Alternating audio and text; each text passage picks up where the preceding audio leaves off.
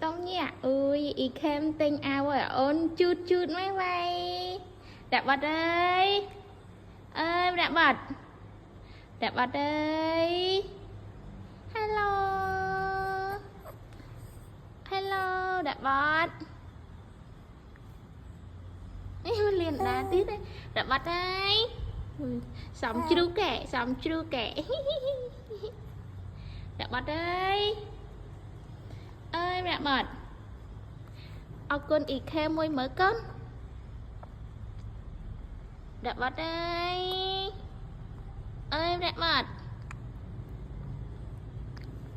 hello